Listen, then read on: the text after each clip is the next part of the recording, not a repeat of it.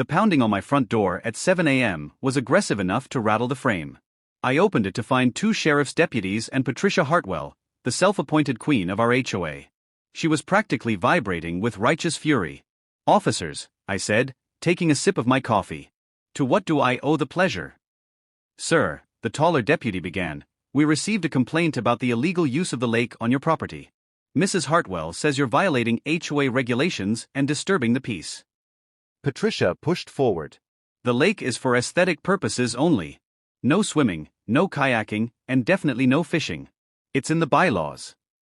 I smiled. "Officers, would you like to see the deed?" They examined the papers. Their professional neutrality melted into barely concealed amusement. "Ma'am," the deputy said slowly, "according to the county land registry, Mr. Thompson doesn't just own the lakefront property. He owns the entire lake." Patricia's mouth opened and closed like a fish gasping for air. "Impossible. "The HOA manages all common areas." "Not this one," the deputy replied. "In fact, it looks like Mr. Thompson owns significantly more than just the water." "My name is David Thompson. 5 years ago, I was a corporate lawyer in a modest condo. Then, in 18 months, my great-uncle Harold and my grandmother both passed away, leaving me their estates. What I thought were a few parcels of land turned out to be the result of 3 generations of strategic acquisition. My family had been quietly buying this region since the 1940s. When I hired a surveyor, the results were staggering. I didn't just own the 40-acre lake. I held the deeds to nearly 800 acres of surrounding land, including the land the HOA was built on. The HOA operated under a 99-year lease signed in 1972. Most residents had no idea they were technically my tenants. I moved into the lakefront house for the peace and quiet. That plan worked perfectly, until Patricia was elected president. Patricia measured grass with a ruler. She sent notices for Christmas lights left up past December 26th. She especially hated that my property wasn't under her thumb. I hosted a barbecue. 10 people, some burgers, a swim. The next day, a letter. "Cease and desist immediately." I ignored it. It was my lake.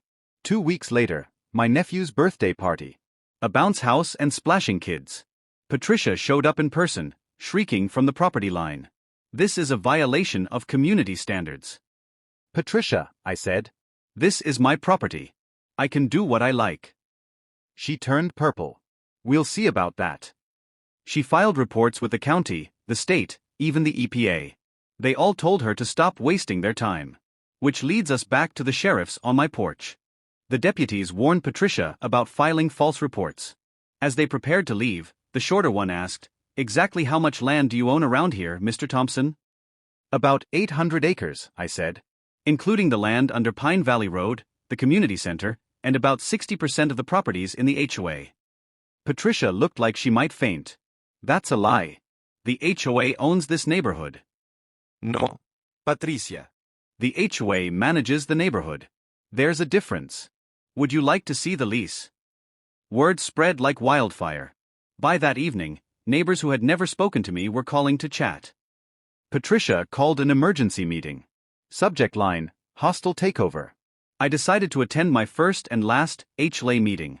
The community center was packed. Patricia was at the podium, looking like she'd aged 10 years. "Residents," she cried. "David Thompson claims to own the land our homes sit on." I stood up. "I don't claim to. I do. Since 1972, you've been on a 99-year lease. Your HOA fees include $40 a month in rent that goes into a conservation trust." The room erupted. One woman asked, "What are you going to do?" "Nothing," I said. "You can live your lives exactly as before. Just stop trying to regulate my lake." Patricia sputtered, "But the noise. The parties." "I've had 2 gatherings in 6 months," I pointed out. "I've been a better neighbor than most." Patricia's final act was a desperate lawsuit for fraud. The judge dismissed it in one hearing and ordered her to pay my $30,000 legal fees. "Mrs. Hartwell," the judge said, "you are not to come within 100 feet of his property." "But he lives in our neighborhood," she cried. "No," the judge corrected. "You live in his neighborhood." It got worse for her. Her bank found out she used company resources to snoop on my finances. She was fired and charged with a felony. I watched from my deck as she packed her house and left. The new board issued a formal apology. I even put up a new sign at my property line, private property. Kindly enjoy. Complaints may be filed at the county office. I own that too. Because, as it turns out, my great-uncle had bought the county office building in 1983. Sometimes, it really does pay to read the paperwork.